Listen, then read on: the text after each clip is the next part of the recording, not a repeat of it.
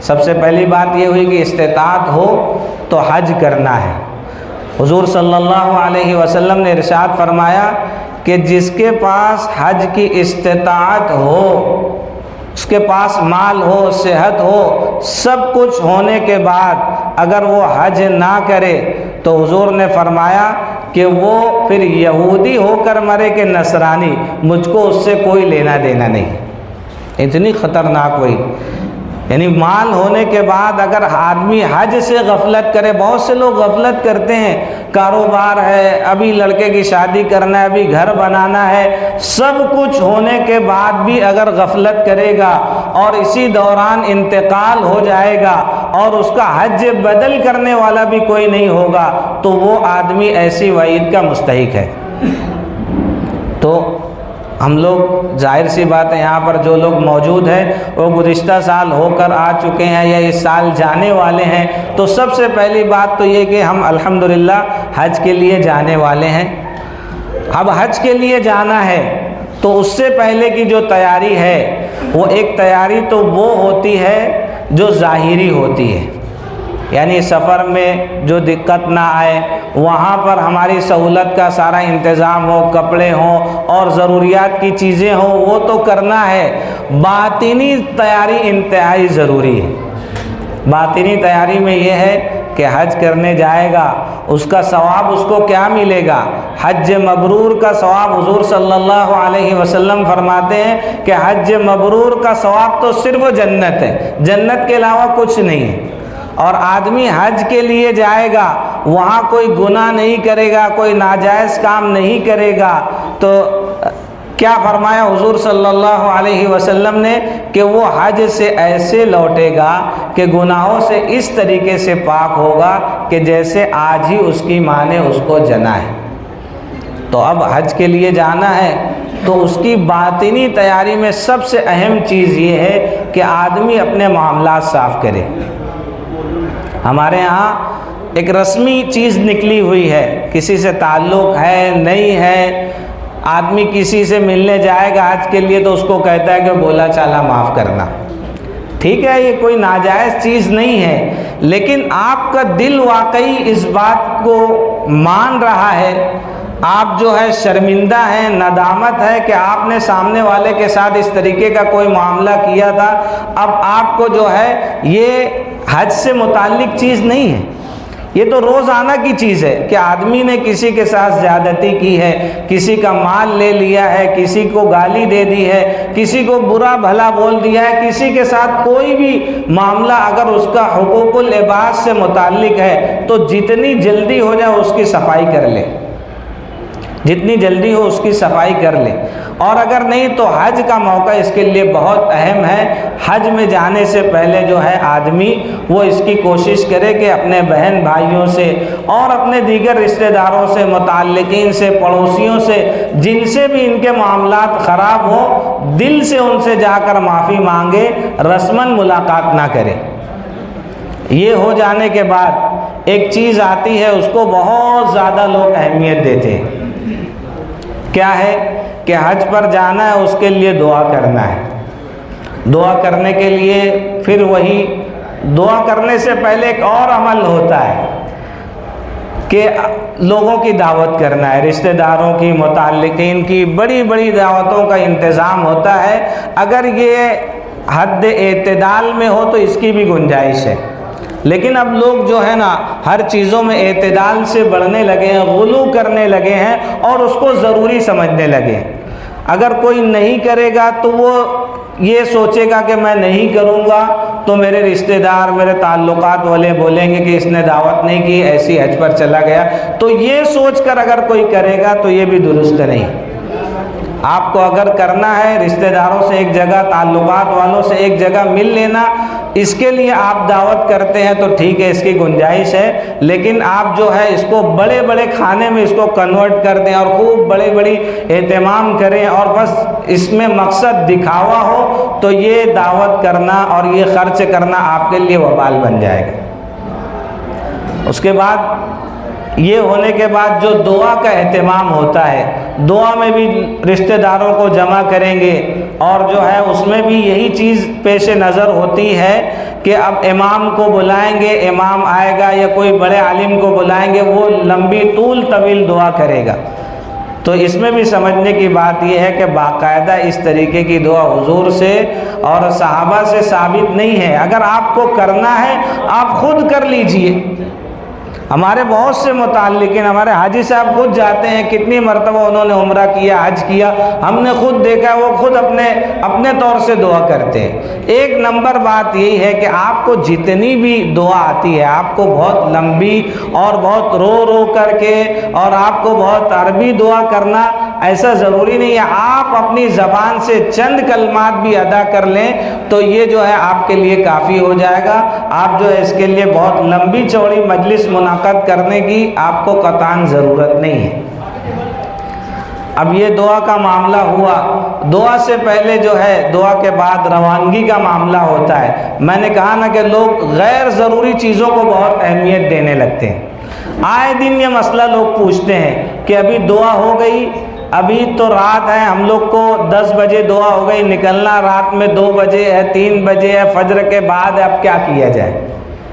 لوگ عجیب مسئلے بنا کر رکھتے ہیں۔ اب کہتے ہیں کہ آپ گھر میں نہیں جا سکتے، دعا ہو گئی تو بولے گھر میں نہیں جا سکتے۔ یہ کون سی عجیب چیز؟ دعا کا گھر میں جانے سے کوئی تعلق نہیں۔ آپ دعا کبھی بھی کریں، کبھی بھی گھر میں آئے جائیں، آپ کو جو ہے اس سلسلے میں اتنا زیادہ جو ہے یعنی توجہ دینے کی اور بلا وجہ کا پریشان ہونے کی ضرورت نہیں۔ آپ دعا کسی بھی وقت کریں، کسی بھی وقت نکلیں، کوئی مسئلہ نہیں۔ لیکن اس بات کا بہت دھیان رکھیں کہ آپ جس ٹور سے جا رہے ہیں انہوں نے آپ کو جو ہدایت دی ہے کہ آپ اتنی بجے نکلیں اور اتنی بجے جو ہے آپ ایئرپورٹ پہنچ جائیں، تو اس کا آپ کو بہت خیال رکھنا ہے۔ اس میں بہت بڑے مسائل ہوئے، ہم نے اپنی آنکھوں سے دیکھا اور بہت سے معاملات سنے ہیں کہ لوگ جو ہے ایسی عجیب و غریب حرکات کرتے ہیں کہ ایک تو پہلی بات آپ سفر کے لیے نکلے ہیں، آپ 82 کلومیٹر یا اس سے زیادہ کے لیے آپ اپنے گھر سے نکلے ہیں تو آپ مسافر ہو چکے ہیں۔ آپ مسافر ہونے کے بعد اب آپ کے اوپر جو ہے نماز قصر ادا کرنا ہے۔ 4 رکعت والی نماز اگر آپ اپنی پڑھیں گے تو آپ کو 2 پڑھنا ہے۔ جمعہ آپ پر فرض نہیں ہے۔ اگر کسی کا جمعہ کے دن نکلنا ہوتا ہے تو کہیں راستے میں رک کر جمعہ ادا کرنے لگتے ہیں۔ ابھی ایک معاملہ اسی ہماری ٹور کا ہوا تھا کہ وہ لوگ جمعہ کی نماز ادا کرنے کے لیے رکے اور پھر جو ہے وہ معاملہ اس طریقے کا ہوا کہ جہاز نکل گیا، ان کو پھر دوسرے جہاز سے روانہ کرنا پڑا۔ یعنی اتنی موٹی معلومات لوگوں کو نہیں ہے کہ سفر میں نکلے ہیں، اب سفر میں آدمی مسافر ہے، جمعہ نہیں ہے، اس کو ظہر پڑھنا ہے جہاں مل جائے۔ آپ ایئرپورٹ پہنچ کر پڑھ لیں، راستے میں پڑھ لیں، جہاں پر آپ کو موقع ملے آپ نماز ادا کر لیں۔ اور اس کا بہت خیال رکھنا ہے کہ جس وقت آپ کو کہا گیا ہے، اور یہ بات شروع سے لے کر ٹور سے یعنی حج مکمل ہونے تک کے آپ کو اس کا بہت خیال رکھنا ہے کہ ٹور کی طرف سے آپ کو جو ہدایات ملیں آپ کو اس کو پتھر کی لکیر سمجھ کے اس پر عمل کرنا ہے، ورنہ اسی میں مسائل پیدا ہوتے ہیں، اسی میں جو ہے آدمی پریشان ہوتا ہے۔ آپ ایک بات اچھی طریقے سے سمجھ لیں کہ آپ کو سب کو لے کر ایک کوئی پروگرام بنایا جاتا ہے۔ اب اگر کسی آدمی کی وجہ سے وہ پروگرام لیٹ ہوگا، وہ زیارت کا معاملہ ہو یا مکے سے مدینہ روانگی ہو، مدینے سے مکہ روانگی ہو یا طائف جانا ہو، کسی بھی طریقے کا سفر ہو، اگر چند لوگوں کی وجہ سے 50 60 100 اور 150 لوگوں کو تکلیف ہو رہی ہے تو ظاہر سی بات ہے یہ بہت خطرناک چیز ہے۔ ہم لوگ جو ہے نا یہ ایذاء مسلم کو کسی ایک دم ہلکا سمجھتے ہیں، کہیں ہم لوگ لیتے ہی نہیں ہیں کہ ہماری وجہ سے کسی کو تکلیف ہو گئی۔ اب یہ پروگرام کا بھی سب کو دعوت دی گئی تھی الحمدللہ کہ اس پروگرام میں آپ کو مغرب کے بعد پہنچنا ہے۔ اب بڑے لوگ بڑی بڑی مصروفیات والی شخصیات الحمدللہ وقت پر آ گئے، اور جن کو سننا ہے، جن کو سنانا ہے، وہ ابھی تک آئے ہیں نہیں آئے ہیں۔ اب مجھ کو تو زیادہ علم نہیں ہے، لیکن بہرحال پروگرام تاخیر سے شروع ہوا، اور یہ چیز آئندہ اور پورے سفر میں نہیں ہونا چاہیے، اس کا ہم لوگوں کو بہت خیال رکھنا ہے۔ بلکہ کہیں بھی آپ کسی بھی طریقے سے سفر کریں تو وہاں جو ٹور والے ہوتے ہیں، ٹور والوں کی طرف سے جو بھی ہدایت دی جاتی ہے اس پر عمل کرنا انتہائی ضروری ہوتا ہے۔ اگر ہم اس کو جو ہے اس کو اہمیت نہیں دیں گے تو مسائل پیدا ہوں گے، ناجائز کام بھی ہوگا، بد نظمی بھی ہوگی، آپ کی وجہ سے لوگوں کو تکلیف ہوگی، اور ٹور کے اوپر سوالیہ نشان لگے گا۔ بلکہ ٹور والوں کا تو کوئی کام ہی نہیں رہتا، اس میں دوسروں کی وجہ سے تکلیف ہوگی، بد نظمی پیدا ہوگی، لوگ ٹور کو نام رکھیں گے۔ تو اس کا بہت خیال رکھیں کہ آپ وقت پر پہنچیں۔ آپ جو ہے جب ایئرپورٹ پر پہنچیں گے تو ہم لوگ عموماً حج تمتع کرتے ہیں۔ حج تمتع یہی ہے کہ حج کے ایام میں آدمی عمرہ کا احرام باندھے، اور پھر عمرہ کر کے، قصر کر کے یا حلق کر کے آدمی جو ہے وہ حلال ہو جائے، پھر 8 تاریخ کو جو ہے وہ حج کا احرام باندھے۔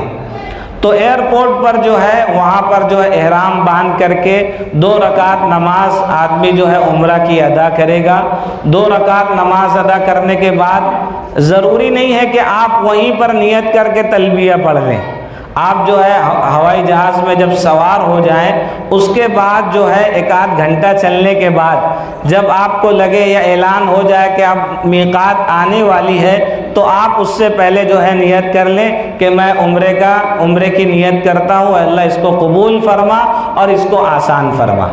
یہ الفاظ آپ اردو میں بھی کہہ سکتے ہیں، آپ کو اردو عربی آتی ہے، اللہم انی ارید العمرہ تھا، اس طریقے کے وہ کلمات ہیں، اگر کسی کو یاد ہے تو وہ بھی کر لے، ورنہ دل میں آدمی صرف خیال کر لے کہ مجھ کو عمرہ کرنا ہے تو وہ بھی اس کی نیت ہو جاتی ہے۔ تلبیہ پڑھے گا لبیک اللہم لبیک، مرد جو ہے وہ پڑھتے ہیں وہ تھوڑا سا آواز کے ساتھ، عورتیں جو ہے بغیر آواز کے پڑھیں گی۔ جیسے ہی آدمی تلبیہ پڑھ لے گا پھر وہاں سے اس کے جو ہے احرام کی جو پابندیاں شروع ہو جاتی ہیں۔ احرام کی پابندیوں میں یہ ہے کہ آدمی خوشبو والی چیز نہ لگائے، اپنا جو ہے وہ جو احرام کا جو لباس ہوتا ہے بغیر سلا ہوا، ایک چادر ہوگی اور جو ہے تہبند ہوگی۔ تہبند کے تعلق سے یہ ہے کہ اگر آدمی اس کو لنگی کے طریقے سے ایک سین درمیان میں اگر مار لے تو وہ اس کی گنجائش ہے۔ وہ اگر کسی کو اس طریقے سے بہت اس میں طریقے بتائے جاتے ہیں، ایسے باندھ لے ویسے باندھ لے، بہت سے لوگوں کو نہیں سمجھتا، اور نہیں سمجھنے کی وجہ سے وہ درمیان میں کھلا ہوتا ہے تو اندیشہ ہوتا ہے کہ سطر کھل جائے گا۔ تو جس طریقے سے ہم لوگ لنگی باندھتے ہیں، لنگی پہنتے ہیں، اور اس کو درمیان میں ایک جو اس کی سین ہوتی ہے اس کو اگر ہم لوگ کر لیں تو اس کی بھی گنجائش ہے، وہ ہوگی۔ اوپر سے جو ایک چادر ہوگی، وہ چادر باندھ کر کے آدمی کو اسی طریقے سے رہنا ہے، اپنا جو ہے سر نہیں ڈھکنا ہے، خوشبو والی چیزیں استعمال نہیں کرنا ہے۔ اور خوشبو والی چیزوں میں ایک بہت بڑا مسئلہ یہ آتا ہے کہ جو پکی ہوئی چیزیں ہوتی ہیں، یا یہ کہ پیکنگ کے جو کولڈ ڈرنک وغیرہ ہوتے ہیں وہ خوشبو والی نہیں ہوتی۔ اگر خوشبو اس کے اندر ہے بھی تو وہ ممنوع خوشبو میں نہیں ہے، اس لیے اس کا آپ کو ٹینشن نہیں لینا ہے۔ وہاں پر جو بھی کیک، کولڈ ڈرنک وغیرہ جو سب ملتا ہے آپ اس کو کھا سکتے ہیں، اس میں کوئی قباحت نہیں ہے۔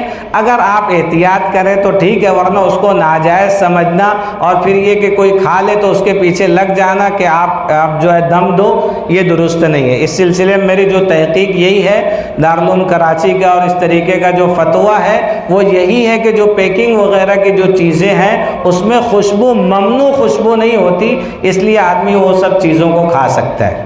آپ وہاں پر جائیں گے، جانے کے بعد بہت سے لوگوں کا پہلی مرتبہ جو ہے عمرہ ہوتا ہے اور جو حج ہوتا ہے، تو سب سے پہلے کعبۃ اللہ کو دیکھنا، کعبۃ اللہ پر پہلی نظر کی جو کیفیت ہوتی ہے اس کی تو بہت عجیب و غریب کیفیت ہے، اس کو آدمی زبان سے بیان نہیں کر سکتا۔ ایسی کیفیت کہ آدمی کو شوق بھی ہوتا ہے دیکھنے کا، اس کی ہیبت بھی ہوتی ہے، ڈر بھی لگتا ہے، خوشی بھی ہوتی ہے، آنسو بھی نکلتے ہیں۔ ایسی عجیب و غریب پہلی مرتبہ کعبۃ اللہ کو دیکھنے کی جو کیفیت ہوتی ہے، تو اسی کے تعلق سے حدیث میں آیا کہ کعبۃ اللہ کو آدمی اگر دیکھے تو اس وقت اس کی دعا قبول ہوتی، دعا قبول ہوتی۔ یہ بات تو حدیث میں ہے، لیکن دعا کی قبولیت کے لیے جو کیفیت ہونی چاہیے آدمی کی کہ اللہ تعالیٰ کا ڈر بھی، اس کا شوق بھی، وہ دونوں چیز کعبۃ اللہ کو دیکھنے کے وقت ہوتی ہے۔ اسی لیے کہا گیا کہ اس وقت دعا قبول ہوتی ہے۔ بہت سے ٹور والے ایسے جو لوگ پہلی مرتبہ جاتے ہیں، ہم لوگ جب گئے تھے، ہمارے عطا بھائی وہ لے کر کے گئے تھے، وہ بولے تھے کہ ابھی آپ لوگ نظر نیچی رکھو، جب میں بولوں گا تو آپ لوگ اوپر نظر اٹھا لینا۔ ایک دم سے آدمی کعبے کو دیکھتا ہے تو بس کیفیت بن جاتی۔ تو کعبۃ اللہ کو دیکھنے کے وقت جو ہے وہ کیفیت بنے گی، آدمی دعا کرے۔ ہر آدمی کے پیچھے مسائل لگے ہوئے ہیں، دینی مسائل بھی ہیں، دنیاوی مسائل بھی ہیں، آخرت کے بھی مسائل ہیں، ہر چیز کو لے کر کے آدمی وہاں دعا کرے۔ اور پھر دعا کر لینے کے بعد جو ہے حجر اسود کے سامنے ایک ہری لائٹ ہوتی ہے، وہاں پر آدمی جائے گا اور وہاں جا کر کے جو ہے اس کو طواف شروع کرنا ہے۔ طواف شروع کرنا ہے۔ دیکھو عمرے میں زیادہ کچھ نہیں ہے، عمرے میں احرام ہے، طواف ہے، صحیح ہے، قصر یا حلق ہے۔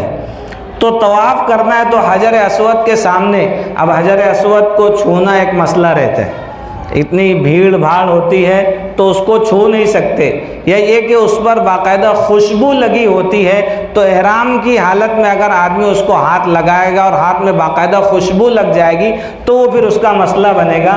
تو اس لیے جو ہے استلام کہا گیا، استلام میں بھی وہی ثواب ملے گا جو اس کو چھونے اور چومنے کا جو ثواب ملتا ہے۔ دور سے اس کی طرف اشارہ کر کے ایسے نماز کی تکبیر کی طریقے سے بسم اللہ اللہ اکبر لا الہ الا اللہ بول کر کے آدمی جو ہے طواف کرنا شروع کرے، اور جو ہے کاندھا اس کا کھلا ہوا رہے گا، اجتباء اس کو کہا جاتا ہے۔ اور پہلے 3 چکروں میں رمل کرنے والی بات بھی آتی ہے۔ رمل کا مسئلہ یہ ہے کہ اتنی بھیڑ رہتی ہے تو آدمی رمل کر بھی نہیں پاتا ہے۔ رمل کی ترتیب یہ ہوتی ہے کہ ہاتھ چوڑے کر کر کے اور جو ہے پہلوانوں کی طرح چلے۔ حضور صلی اللہ علیہ وسلم نے یہ عمل کیا تھا۔ وہ کیوں کیا تھا کہ جب مدینے سے مکہ آئے تھے تو مکے والوں کو یہ دکھانا تھا کہ ہم لوگ جب اب مدینے سے آئے، اور مدینہ بیماریوں کا گھر تھا، مدینے میں بڑی بیماریاں رہتی تھی، تو وہ مکے والے سمجھتے تھے کہ یہ مدینہ چلے تو گئے ہیں، اب وہاں جا کر کے کمزور ہو جائیں گے، وہاں سے آئیں گے تو ہم ان کی حالت دیکھیں گے۔ تو حضور صلی اللہ علیہ وسلم نے ان کو بتانے کے لیے کہ دیکھو ہم لوگ ابھی بھی ماشاءاللہ صحت مند ہیں، اور پہلوانوں کی طرح اچھل اچھل کر چلنے کا یہ کہا گیا تھا کہ 3 چکر جو ہے وہ رمل میں کیے جائیں گے۔ 3 چکر جو طواف کے اس میں رمل ہوگا، استباء ہوگا۔ استباء میں یہ ہے کہ کاندھے سے نیچے چادر نکال کر کے جو ہے وہ آدمی کو عمرہ کرنا ہے، وہ طواف کرنا ہے۔ طواف میں جو ہے جب طواف کرتے ہوئے جس طریقے سے آدمی نماز پڑھتا ہے، نماز میں حکم یہ ہے کہ وہ اپنی سجدے کی جگہ نگاہ رکھے گا، تو ایسے ہی طواف کرتے ہوئے نماز میں جیسے ادھر ادھر دیکھنا مکروہ ہے، اسی طریقے سے طواف کرتے ہوئے کعبۃ اللہ کو دیکھنا مکروہ ہے۔ تو کعبے کو نہیں دیکھے گا، اپنی طرف سیدھا دیکھتے ہوئے چلے گا۔ اس میں آدمی سب کچھ پڑھ سکتا ہے، ذکر بھی کر سکتا ہے، تلاوت بھی کر سکتا ہے، دعا بھی کر سکتا ہے، کوئی مخصوص ذکر متعین نہیں ہے۔ ہوتے ہوتے اگر رکن یمانی کی طرف آئے گا، کعبے کا ایک کونا ہوتا ہے، وہاں پر اگر اس کو چھونے کا موقع مل جائے تو چھو لے، نہیں موقع ملا ہے تو پھر اس کو اس کی طرف اشارہ کرنا نہیں ہے، وہاں پر آدمی دعا کرے گا۔ تو حدیث شریف میں آیا ہے کہ حضور صلی اللہ علیہ وسلم نے فرمایا کہ رکن یمانی پر 70 فرشتے ہوتے ہیں، آدمی جو دعا کرتا ہے اس کی دعا پر آمین کہتے ہیں۔ تو وہاں ایک دعا حضور سے ثابت ہے، اللہم انی اسألک العفو والعافیہ والمعافاة الدائمة فی الدین والدنیا والآخرہ، یعنی دنیا اور آخرت کی عافیت طلب کرنا، عافیت بہت بڑی چیز ہے. عافیت ایسی چیز ہے کہ آدمی کو اگر عافیت مل گئی تو سب کچھ مل گیا. یعنی اس کو دنیا میں بھی اچھے طریقے سے رہے گا اور آخرت میں تو بلا شبہ اچھے طریقے سے رہے گا, اس کو کوئی تکلیف نہیں پہنچے گی. تو یہ طواف کے چکر ہوں گے. پھر حجر اسود کے پاس آئے گا, وہی ہری لائٹ کے پاس. حجر اسود بعض مرتبہ بھیڑ میں دکھے گا بھی نہیں, آپ کو ہری لائٹ کی طرف دیکھنا ہے, وہیں کھڑے ہو کر پھر حجر اسود کی طرف آپ کو رک کر کے استلام کرنا ہے. اور ایسے ہی جو چکر کرتے کرتے جو ہے 7 چکر ہوں گے, 7واں جو چکر مکمل ہوگا اس میں بھی استلام ہوگا. یعنی 7 چکر میں 8 مرتبہ استلام ہوگا. اور یہ کرنے کے بعد جو ہے 2 رکعت نماز واجب الطواف پڑھی جاتی ہے. 2 رکعت نماز واجب الطواف یہ مسنون ہے. نام اس کا واجب الطواف ہے لیکن یہ مسنون ہے. وہ اس طریقے سے واجب نہیں ہے کہ اگر چھوٹ گئی تو آدمی کے اوپر جو ہے دم واجب ہو جائے گا. اس کا بہتر مقام پڑھنے کا مقام ابراہیم کے سامنے ہے, لیکن ہم لوگوں نے دیکھا کہ وہاں عموماً عورتوں کی بڑی بھیڑ رہتی ہے, وہاں آدمی جا نہیں سکتا. تو جہاں موقع ملے بہتر ہے کہ صحیح سے پہلے ہی اس کو پڑھ لے, اور اس کا موقع تو الحمدللہ مل جاتا ہے کہ صحیح سے پہلے 2 رکعت نماز پڑھے گا, پھر صحیح کرنے کے لیے جائے گا. اب دیکھو یہ 3-4 چیزیں ہیں, لیکن اس میں بھی لوگ اتنی گڑبڑ کرتے کہ آئے دن فون آئے گا, میسج آئے گا کہ ایک آدمی جو ہے عمرہ کرنے کے لیے گیا, طواف کیا اور جا کے حلق کر کے ہوٹل پر آ گیا. اور اس اللہ کے بندے کو اتنا تو سوچنا چاہیے کہ ہم صفا مروہ کا نام سنتے ہیں, 2 پہاڑیوں کا نام سنتے ہیں, ہم تھوڑی سی جن کو دینی معلومات ہے ان کو حضرت ابراہیم کا, حضرت حاجرہ کا, حضرت اسماعیل کا واقعہ معلوم ہے کہ وہ چلی تھی صفا سے مروہ, مروہ سے صفا. وہ کہاں ہے؟ ابھی تو ہم لوگوں نے کعبے کا چکر لگایا, وہاں تو جانا باقی ہے نا, وہ اس پر چکر لگانا ہے. وہ لوگ ایسی بڑی بڑی گڑبڑ کر دیتے.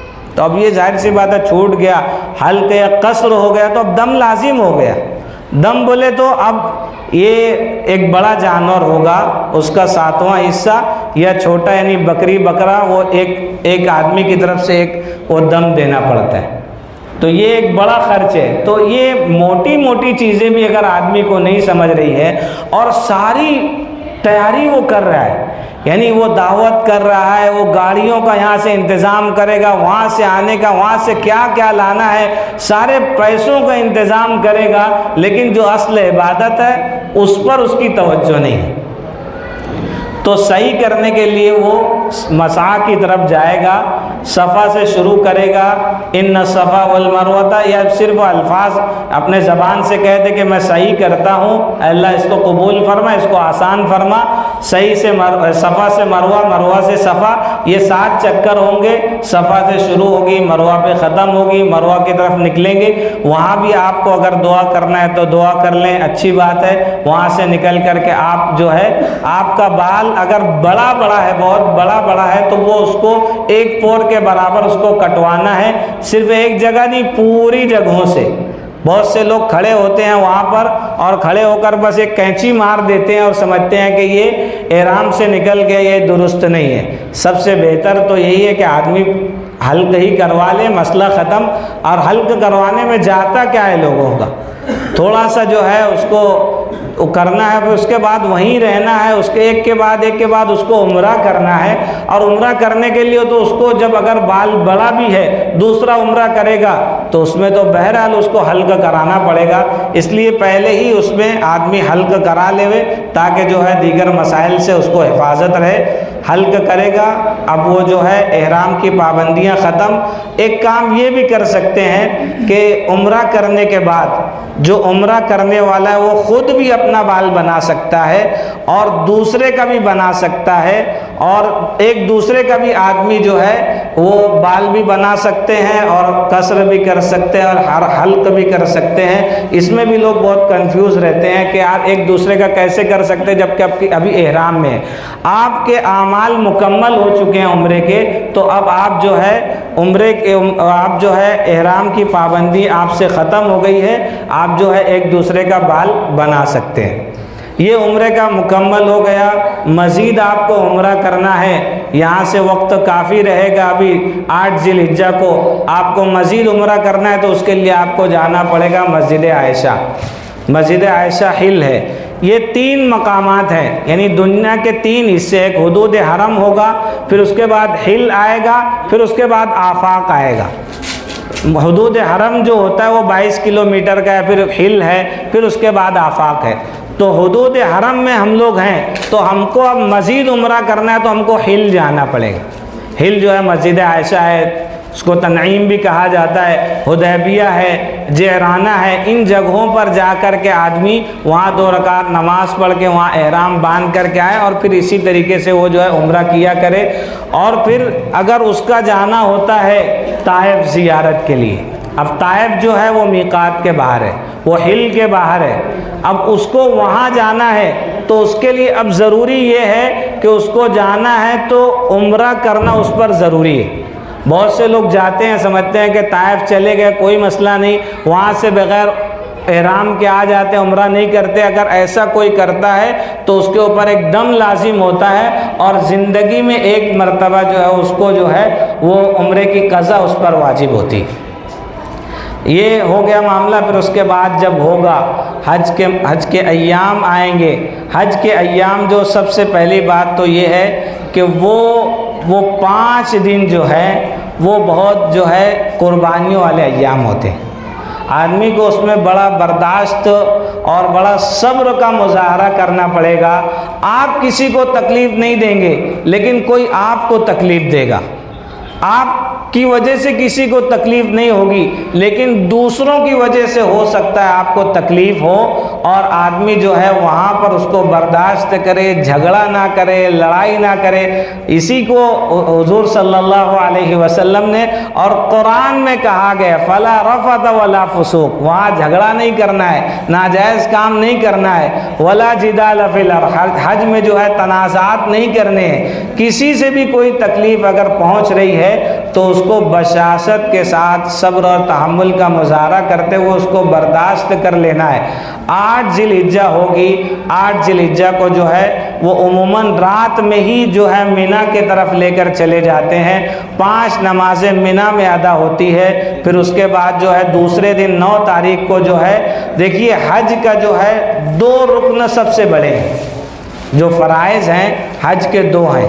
وہ ایک تو ہوتا ہے وقوف عرفہ، اور دوسرا طواف زیارت۔ وقوف عرفہ اتنی بڑی چیز ہے، اتنی بڑی چیز ہے کہ حضور صلی اللہ علیہ وسلم نے فرمایا کہ وقوف عرفہ کرنے والے پر نیکیاں اور رحمتیں اللہ تعالیٰ کی اس طریقے سے برستی ہیں کہ علماء نے لکھا ہے کہ بعض علماء اس طرف گئے ہیں وقوف عرفہ کی اہمیت کی وجہ سے کہ جو آدمی وقوف عرفہ کرے گا تو اس کے حقوق العباد بھی معاف ہو جاتے ہیں۔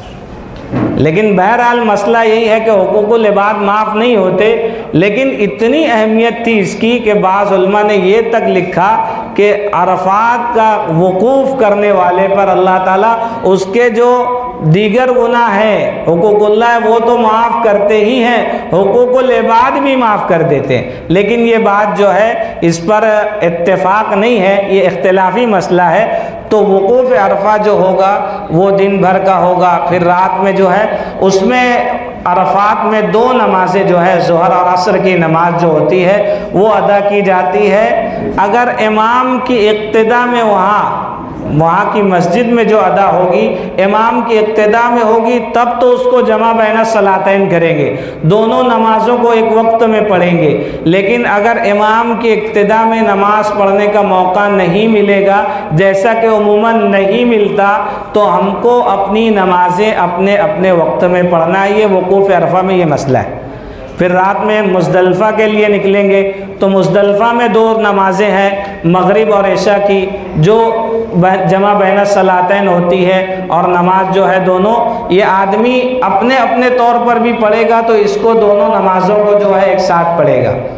مغرب کی نماز کو مؤخر کر کے عشاء کے وقت میں پڑھے گا، اور مغرب کی نماز کے بعد فوراً کھڑا ہو کر کے وہ عشاء کی نماز پڑھے گا، اور پھر اس کے بعد عشاء کی نماز کے بعد مغرب کی سنتیں وغیرہ پڑھنا ہے تو وہ پڑھے گا۔ اس کے بعد یہ رات جو ہوتی ہے یہ عید الاضحیٰ کی رات ہے۔ یہ 9 ذی الحجہ کی رات عید الاضحیٰ کی رات ہے، اس کی بھی اپنی عبادت کی اہمیت ہے۔ آدمی کو جتنی بشاشت ہو، نماز پڑھے، تلاوت کرے، دعا کرے، ذکر کرے، درود شریف پڑھے، جتنا اہتمام ہو سکتا ہے اس میں کرے۔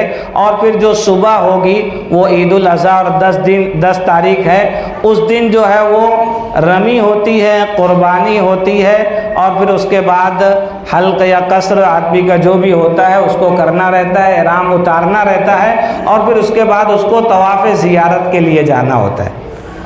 میں نے کہا نا کہ 2 رکن حج میں انتہائی اہم ہیں، سب سے پہلا تو وقوف عرفہ اور دوسرا طواف زیارت۔ طواف زیارت کا وقت جو ہوتا ہے وہ 10 ذی الحجہ کے صبح صادق سے شروع ہوتا ہے، جیسے قربانی کا وقت ہوتا ہے ویسے ہی طواف زیارت کا بھی وقت ہوتا ہے، یعنی صبح صادق 10 تاریخ کے صبح صادق سے لے کر 12 تاریخ کے غروب تک کے آدمی کسی بھی وقت جو ہے طواف زیارت کر سکتا ہے۔ اس سال ایک مسئلہ بہت زیادہ لوگ پوچھ رہے ہیں، وہ کہہ رہے ہیں کہ وہ حکومت کی طرف سے اس مرتبہ قربانی کا نظم کیا گیا ہے کہ حکومت ہی قربانی کرے گی اور دوسروں کو اپنے طرف سے کرنے کا موقع نہیں ملے گا۔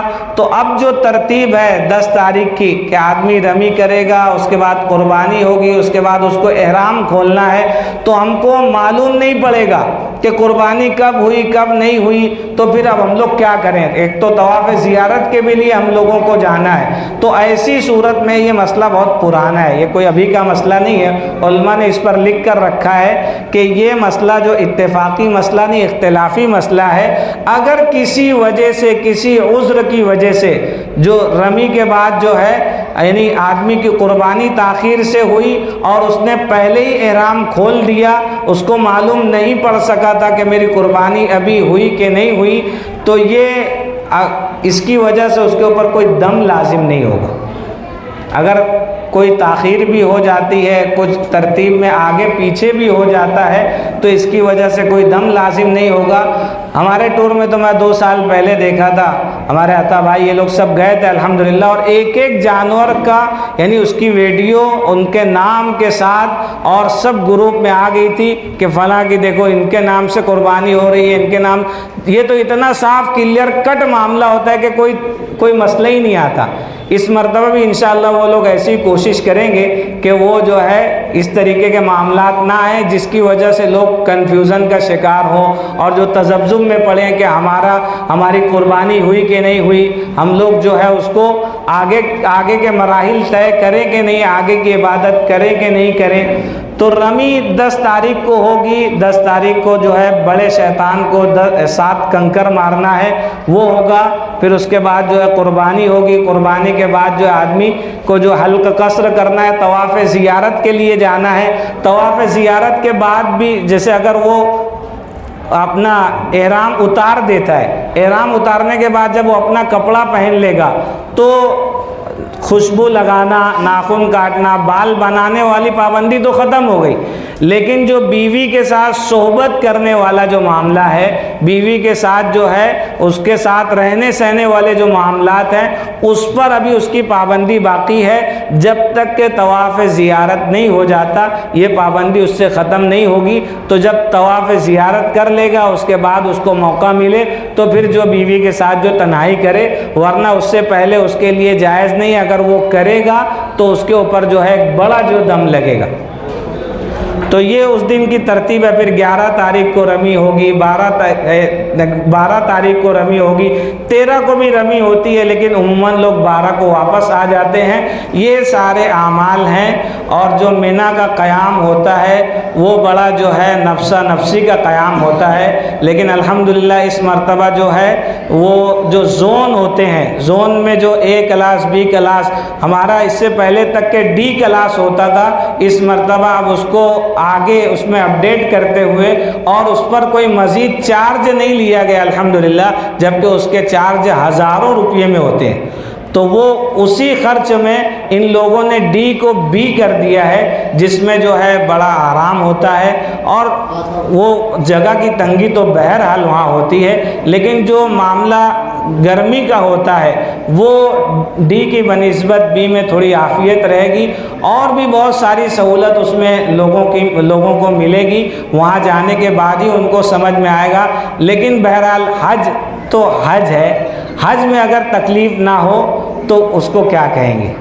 پھر تو ایک بہت بڑے عالم کی میں نے بھی تقریر سنی تھی، انہوں نے کہا کہ لوگوں نے ابھی وی آئی پی حج بنا لی ہے۔ ارے بھائی بولے وی آئی پی بھی کوئی حج ہوتا ہے کیا؟ حج بھی وی آئی پی ہونے لگے تو پھر حج رہے گا کیا؟ حج وہ ہے جس میں تکلیف ہو، جس میں آدمی کو صبر کرنا پڑے، جس میں اس کو جو ہے کچھ برداشت کرنا پڑے۔